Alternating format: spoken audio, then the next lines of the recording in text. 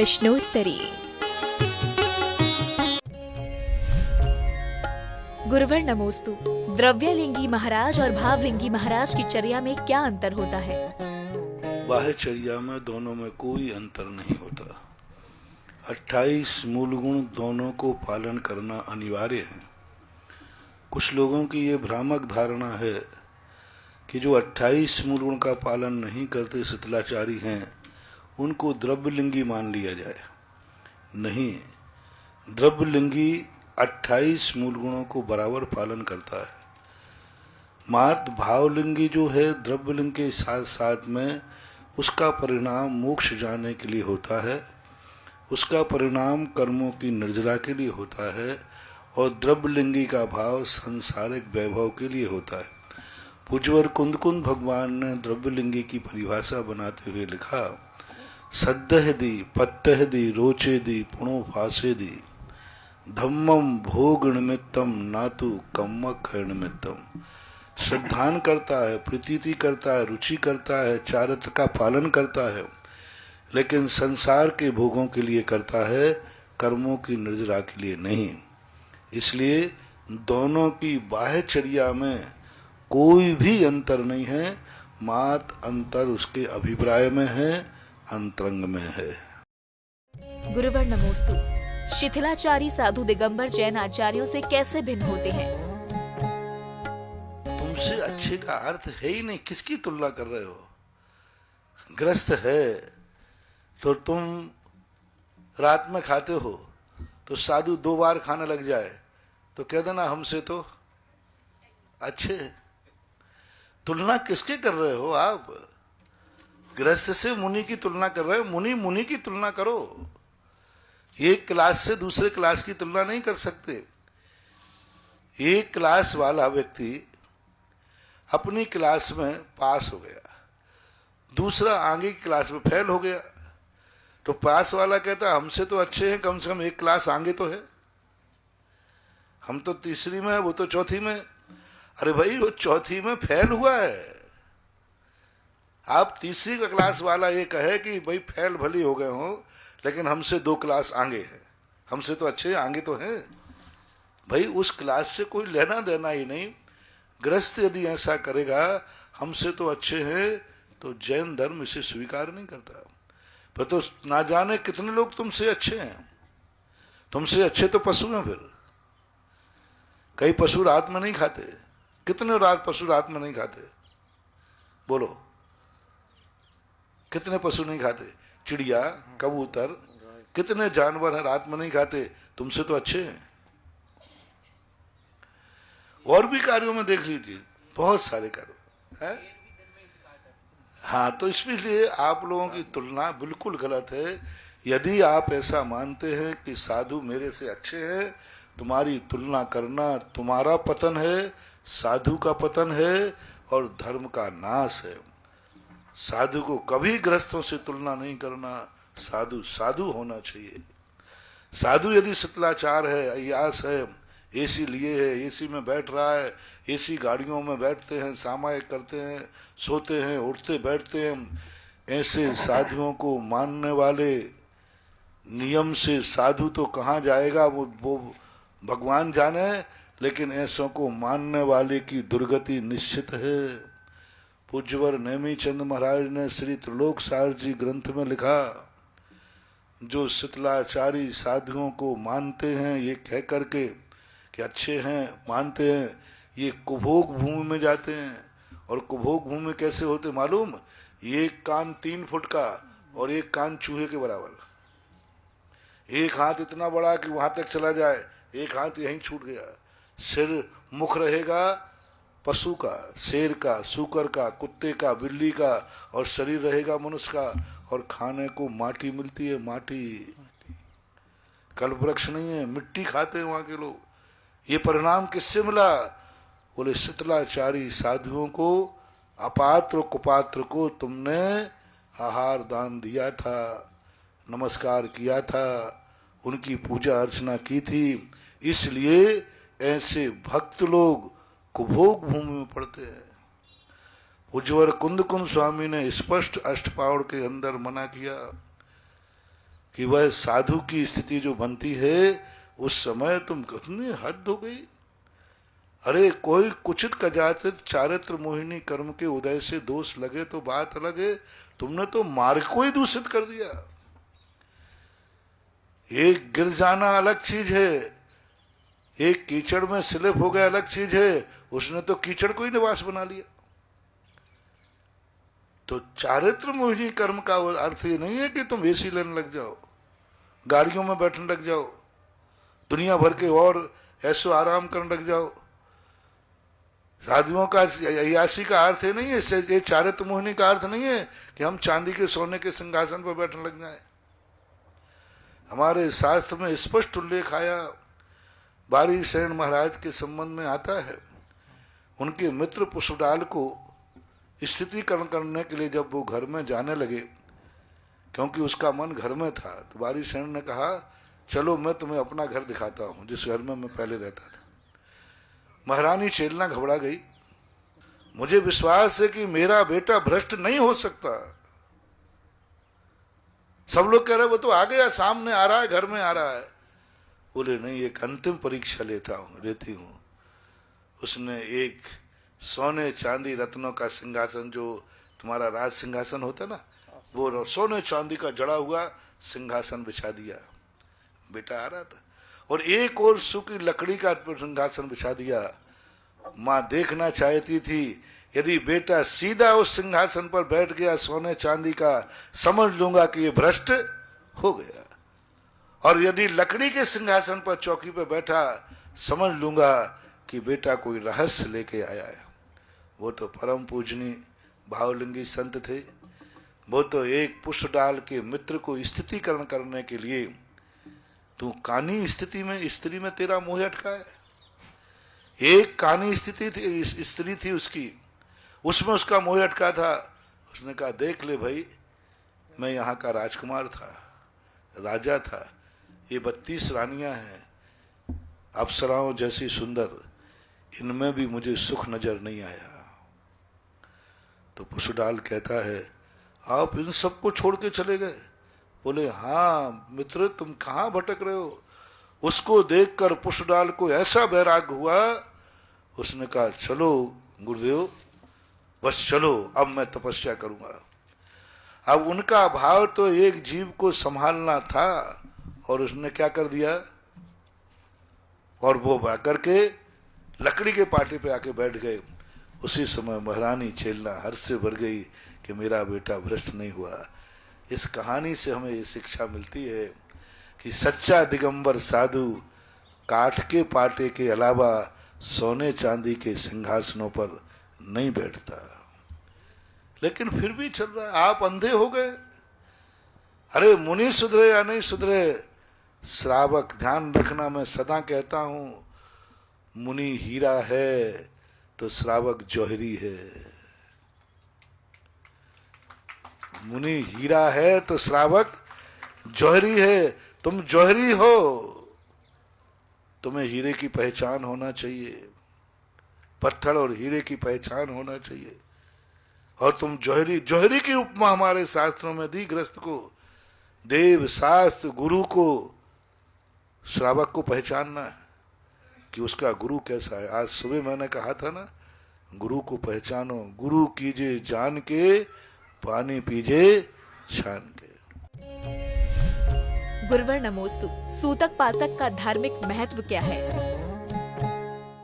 सबसे पहले सूतक का उल्लेख हमारे पूज्यवर यति विश्व आचार्य महाराज ने आज से 2000 वर्ष पहले पहली शताब्दी में उपयोग किया था।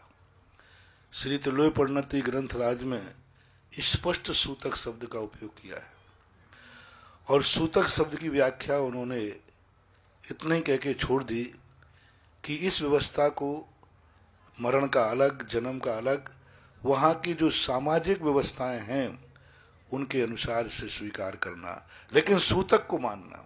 सूतक की उन्होंने बड़ी निंदा की। जो सूतक में धार्मिक क्रियाएं करता है वो नीच गोत्र का बंद करता है। सुहा सूतक के अंदर जो कोई भी व्यक्ति इस प्रकार की क्रियाओं पर, धार्मिक क्रियाओं का अनुष्ठान करता है, तो उसके जीवन में नियम से कोढ़, कुष्ठ आदि रोगों की स्थिति बनती है। इसलिए सुआ सूतक तो मानना ही चाहिए, क्योंकि आगम सम्मत है, स्पष्ट आगम सम्मत है। हम लोगों को आहार के समय कहा सुआ सूतक जहाँ हो वहाँ आहार आदि नहीं लेना। जब आहार आदि का निषेध किया है तो इससे सिद्ध है, और वो भी इतने पुराने ग्रंथों में, 2000 वर्ष पहले ग्रंथों में, तो इससे सिद्ध है कि सुआ सूतक तो था।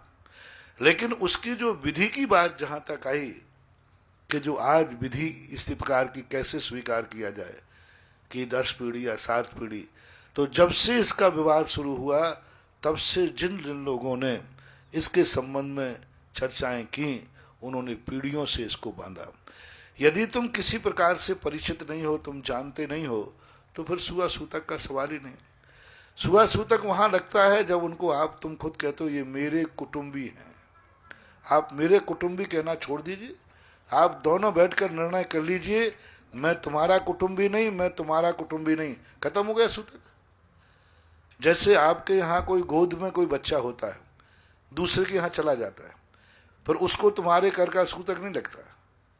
जैसे मान लीजिए कोई बच्चा है इस घर में, पड़ोसी के यहाँ गोद चला गया, उसने संकल्प कर लिया कि मैंने यह एक परिवार छोड़ दिया, यह गोद छोड़ दिया, मैं इसमें चला गया, अब उसको इस परिवार का सूतक नहीं लगेगा। आपकी बेटा बिटियों को होता है, जैसे आपकी बिटिया यहाँ से ससुराल जाती है, फिर उसको कहाँ का सूतक लगता है परंपरा में? उधर का, क्योंकि उसने संकल्प क्या कर लिया, मेरा यह घर का त्याग और इस घर को संकल्प का सूतक है। यदि हम स्पष्ट कह देते हैं आज से यह परिवार से मेरा कोई संबंध नहीं, कोई पूछता है कौन है, सामान बोलो, ये मत कहो कि मेरे कुटुंबी है। मेरे कुटुंबी शब्द तुमने कह दिया, सूतक लगेगा।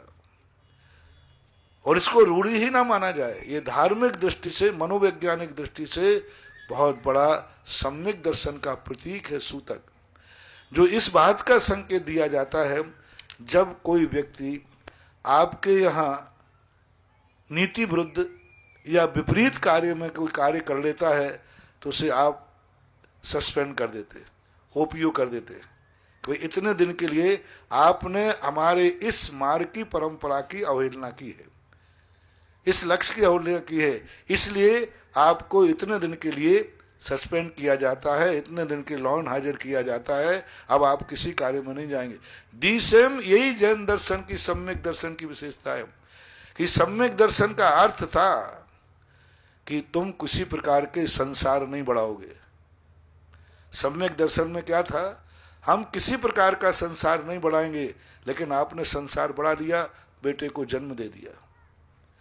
अब आपने जन्म दे दिया है तो आपको एक बात तो कहना पड़ेगी कि ये मेरा स्वभाव नहीं था, मुझे नहीं करना चाहिए था, तो 10 दिन के लिए आपको लॉ एंड हाजिर कर दिया गया, जो इस बात का संकेत दे दिया कि हे भगवान, हे गुरुदेव, ये मेरा स्वभाव नहीं है, फिर भी मैंने ये अपराध किया है, इस अपराध के एवज में मैं 10 दिन के लिए अपनी धार्मिक क्रियाओं से लॉ एंड हाजिर होता हूँ।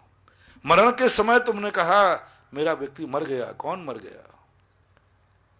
संकल्प है तुम्हारा, मेरा व्यक्ति मर गया, तुम रो पड़े, तुमने उसका अनुष्ठान किया, उसकी वसीयत को तुमने स्वीकार किया, इसलिए तुमने संसार को स्वीकार किया और संसार का संबंध जोड़ा। तुम्हारी आंख में आंसू आना बता रहा है कि तुम्हारा उससे कोई अटैचमेंट है, और तुमने खुद कहा कि मेरा कुटुंबी मरा, चाहे वो 3 पीढ़ी में मरा हो, लेकिन आप कुटुंबी, मेरा कुटुंबी मर गया। तो उस कारण से सम्यक दृष्टि जीव के लिए धार्मिक दृष्टि से, मनोवैज्ञानिक ढंग से अपना प्रायश्चित है, अपना एक प्रकार का ये बताना है कि ये मेरा स्वभाव नहीं था, मेरे से गलती हुई है, ये नहीं करना चाहिए, मेरी मजबूरी है। निषेध नहीं कर रहा हूँ, आपको गृहस्थी का पालन करने का निषेध नहीं कर रहा हूँ, लेकिन क्या यह तुम्हारा स्वभाव है? आप कपड़े पहने हैं, कपड़े पहनने का जैन दर्शन निषेध तो नहीं किया। अब मैं पूछता हूँ, क्या तुम्हारा स्वभाव है? स्वभाव बोलो, स्वभाव, स्वभाव है ना? क्या यह करने योग्य है? गृहस्थ में हो ठीक है, अपना लक्ष्य क्या है? मुनि मुद्रा। हम भोजन करते हैं, मुनि महाराज भोजन करते हैं, तो जिनवाणी पूछती है, भोजन करने की मनाही नहीं है, जिनवाणी पूछती ये भोजन करना तेरा स्वभाव है? बोले नहीं, ये औषधि है, स्वभाव नहीं है, मजबूरी है। बस इतना सा प्रायश्चित है। भोजन करना तुम बोल दे भोजन करना तेरा स्वभाव है, मिथ्या दृष्टि, द्रव्यलिंगी। उन्होंने कहा नहीं, भोजन करना मेरी मजबूरी है, स्वभाव नहीं है, सम्यक दृष्टि ले लो ना, ग्रहण करो ना हर चीज के लिए। ऐसे ही तुमने गृहस्थी में मकान बनाया, कोई बात नहीं, शादी विवाह किया, कोई बात नहीं। अब मैं पूछता हूं, शादी करना तुम्हारे आत्मा का स्वभाव है क्या?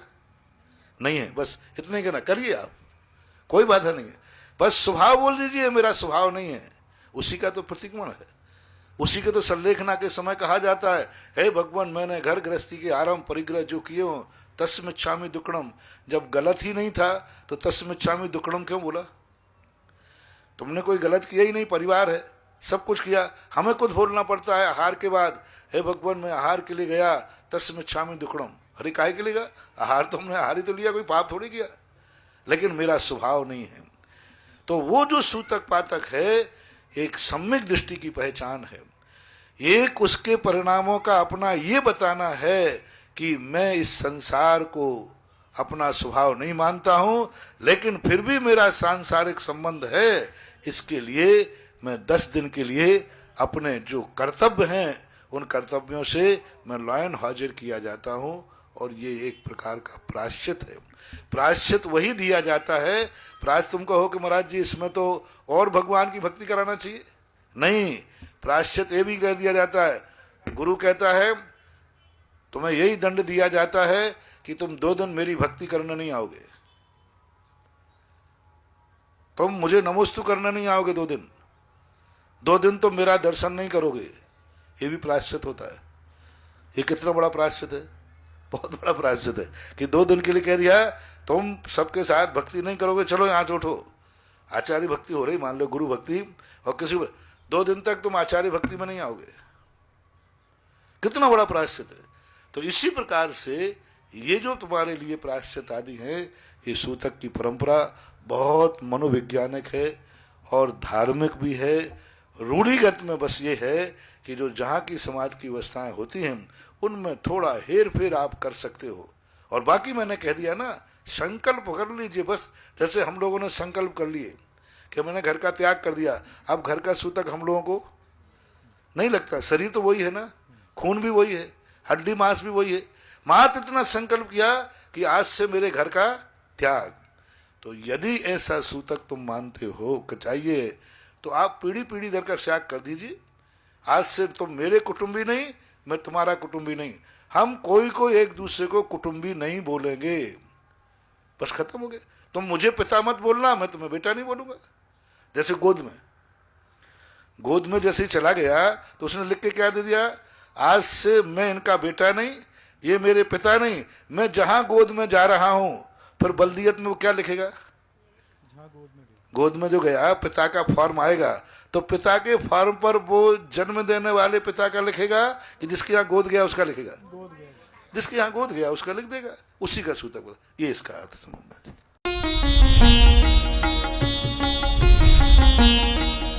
सुधा प्रश्नोत्तरी।